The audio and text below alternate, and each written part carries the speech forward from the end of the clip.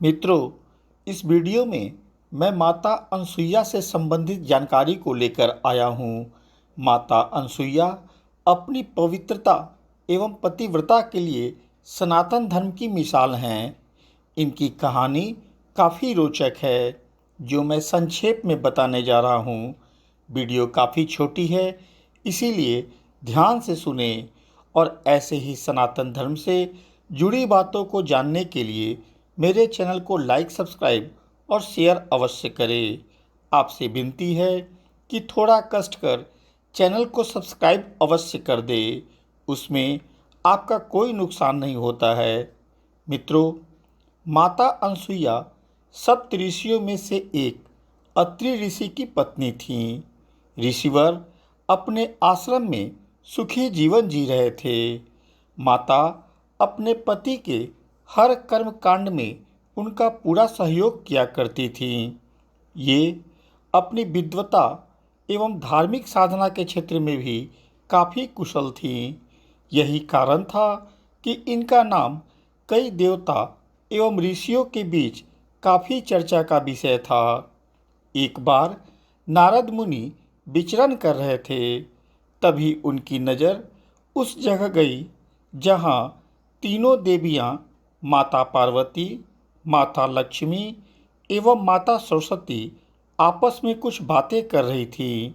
नारद जी उनके पास गए और पूछे कि माता, क्या बात है जो आप तीनों एक साथ बैठकर काफ़ी समय से बात कर रही हैं?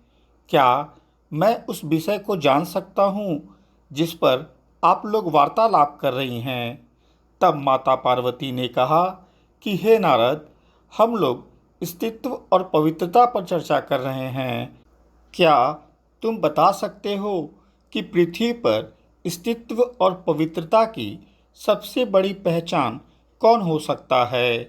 तब नारद जी उन लोगों को बताए कि हे माते, पृथ्वी पर अत्रि ऋषि की पत्नी अनसुईया अपने अस्तित्व और पवित्रता के लिए न सिर्फ पृथ्वी पर बल्कि देवलोक में भी जानी जाती है।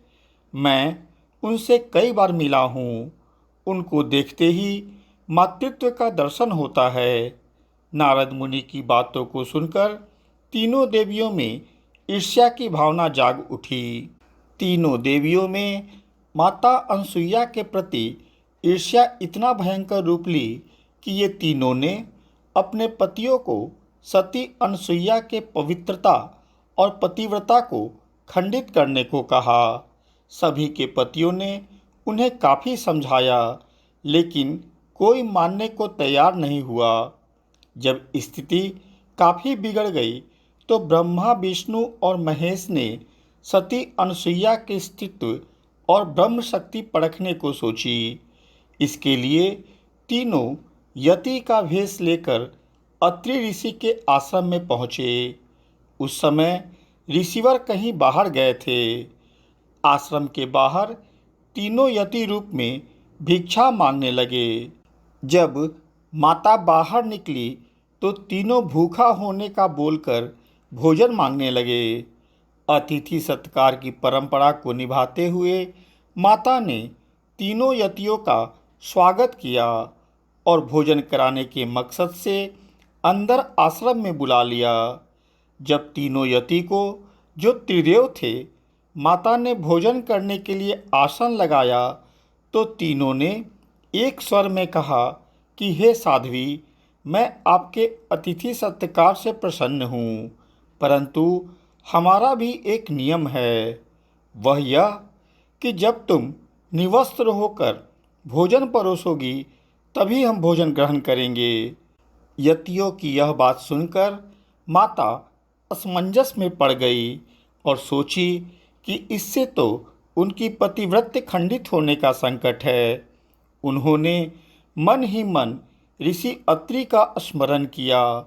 वो अपने दिव्य शक्ति से जान गई कि ये तीनों यति कोई और नहीं बल्कि ब्रह्मा, विष्णु और महेश हैं। यह जानकर माता अनसुईया मुस्कुराते हुए बोली कि जैसी आप लोगों की इच्छा, कारण कि आप मेरे अतिथि हो।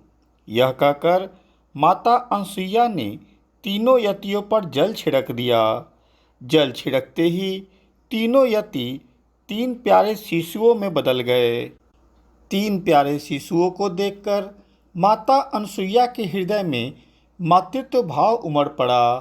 फिर उन्होंने तीनों शिशुओं को स्तनपान करवाया, दूध भात खिलाया, उसके बाद गोद में सुलाया, जिससे तीनों गहरी निद्रा में सो गए।